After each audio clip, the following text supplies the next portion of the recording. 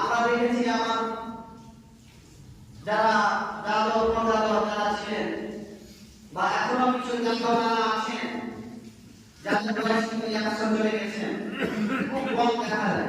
কিন্তু এখন এই বর্তমান জামানায় খুব এরকম কিন্তু কম মানুষ দেখা যায়।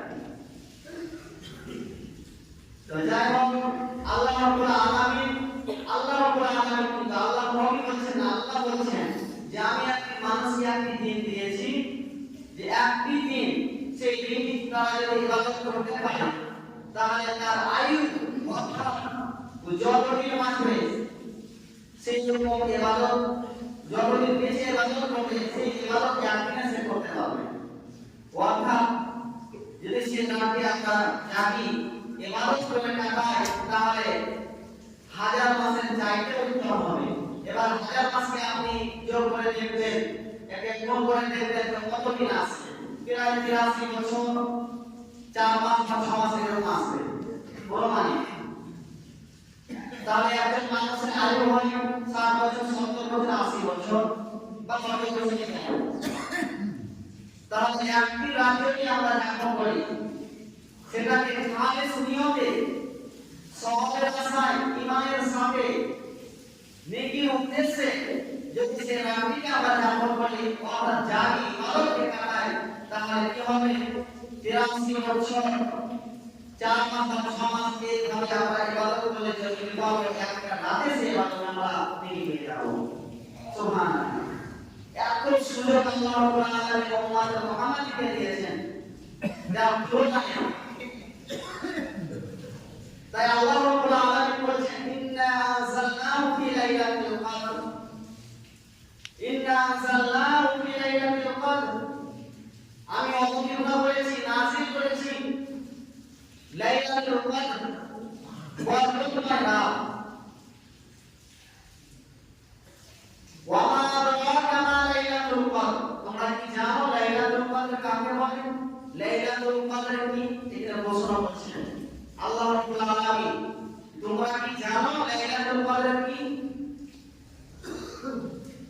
লাইলাতুল কদরি খায়রুম মিন আলফিশ শাহর। তারপরে আল্লাহ জবাব দিয়েছেন লাইলাতুল কদরি খায়রুম মিন আলফিশ শাহর, লাইলাতুল কদর হচ্ছে 1000 মাসের চাইতে উত্তম। সুবহানাল্লাহ। আল্লাহ নিজেই ঘোষণা করেছেন মানুষকে, তোমরা জানো লাইলাতুল কদর কাকে বলে?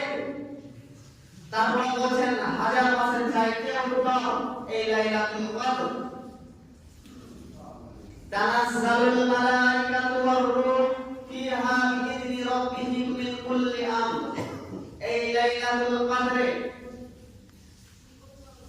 তানাজ্জালুল মালাইকা, অবতীর্ণ হয় মালাইকা, অনেক ফেরেশতা,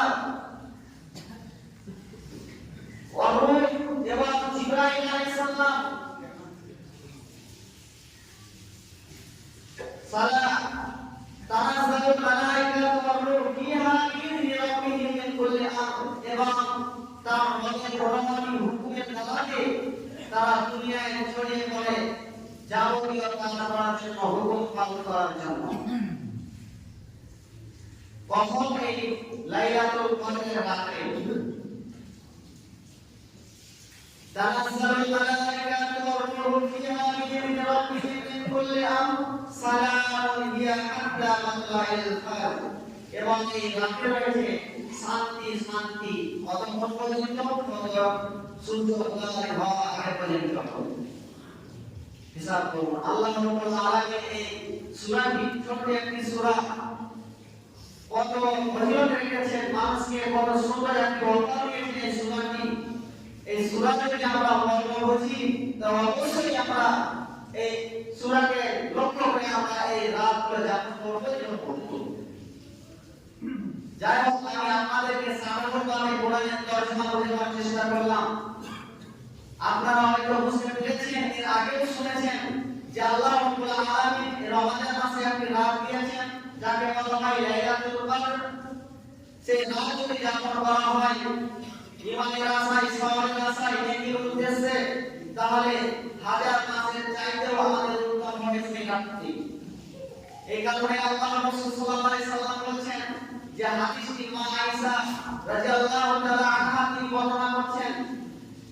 إذا دخل العشر إذا دخل العشر شد مئزره وأحيا ليله وأيقظ أهله। মা ঈসা রাদিয়াল্লাহু তাআলা আনহা বলছেন, যখন লাইলাতুল কদর, যখন রমজান মাসের শেষ 10 আসত, অর্থাৎ শেষ 10টা দিন আসত, তখন আল্লাহ রাসূল সাল্লাল্লাহু আলাইহি ওয়াসাল্লাম নেকি মেরে নিতেন এবং নেকি মেরে এই 10টি রাত জাগরণ করার জন্য তিনি নেকি মেরে নিতেন এবং তিনি নিজের রাত জাগতেন এবং তার পরিবার আত্মীয় স্বজনকে রাত জাগাতেন। ওয়াইকাল আহলাহু, তিনি পরিবার আত্মীয় স্বজনকে রাত জাগাতেন।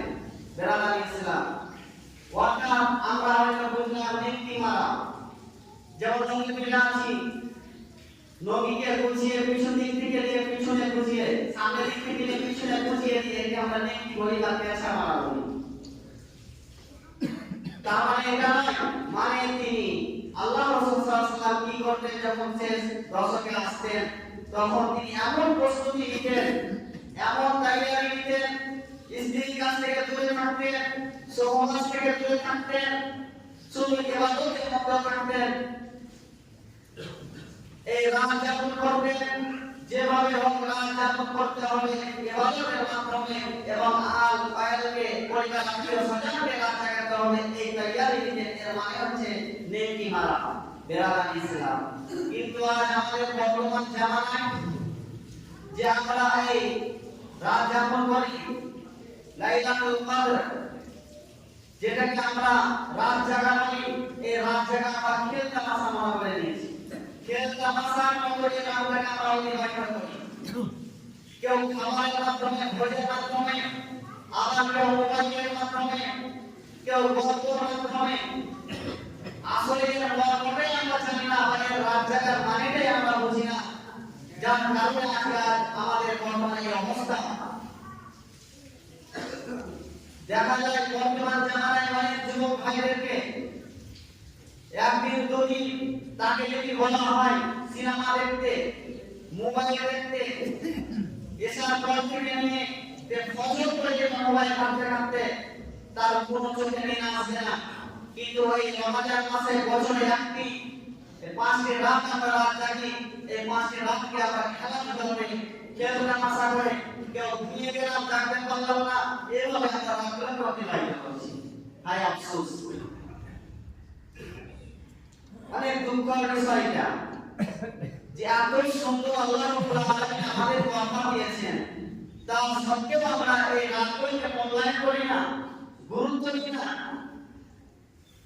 অথচ আল্লাহ রাসূল সাল্লাল্লাহু আলাইহি ওয়াসাল্লাম যে হাদিসটি মা ঈসা রাদিয়াল্লাহু তাআলা আনহা বর্ণনা করেছেন, ইয়াস্তাহিদু ফিল ফিত্রিল আওয়াখির মা লা ইয়াস্তাহিদু ফি।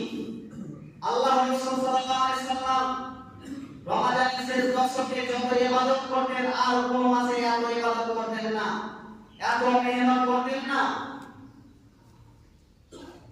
জিনার গুনাহ আগেকার পিছেকার গুনাহ মাফ করে দেওয়া হয়েছিল, জান্নাতের সুসংবাদের জন্য নবী গোটা পৃথিবীর আদম থেকে নিয়ে কিয়ামত পর্যন্ত যত মানব জাতি আসবে সবার শ্রেষ্ঠ মানব জনাবে মুহাম্মদ রাসূলুল্লাহ সাল্লাল্লাহু আলাইহি সাল্লাম, জিনার কোনো খাতা ছিল না, গুনাহ ছিল না, সে জান্নাতে যাবেই যাবে।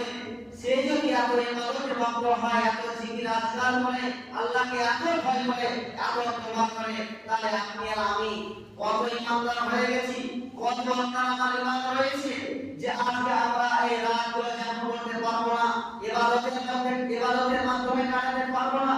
কত ইবাদত আমরা করেছি, কত পুঁজি আমরা জমা করে রেখেছি, কত আমল করে আমরা জমা করে রেখেছি যে আমরা এই রাতগুলো যাপন করতে পারবো না। আমরা তো রমজান মাসকে খেলাধুলাতে আমরা কাটিয়ে দিই, কিন্তু এই 5টি রাত মুসলমান যারা চেষ্টা করে, এই 5টি রাতের মধ্যে একটি রাত রয়েছে যে রাতটিকে বলা হয় লাইলাতুল কদর। যে রাতটি যদি আমরা যাপন করতে পারি তাহলে 1000 মাসের চাইতে উত্তম হবে, যেটা আপনাকে বুঝিয়ে দিলাম 83 বছরের অনেক অনেক বেশি। বেরাদার ইসলাম, আপনি যতদিন বাঁচবেন ততদিন ইবাদত করবেন, অনেক গুনাহগার হয়ে যায়। আপনি একটি রাত বসে লাইলাতুল কদর পেয়ে যান, তাহলে আপনার এত গুনাহ দেখা হবে যে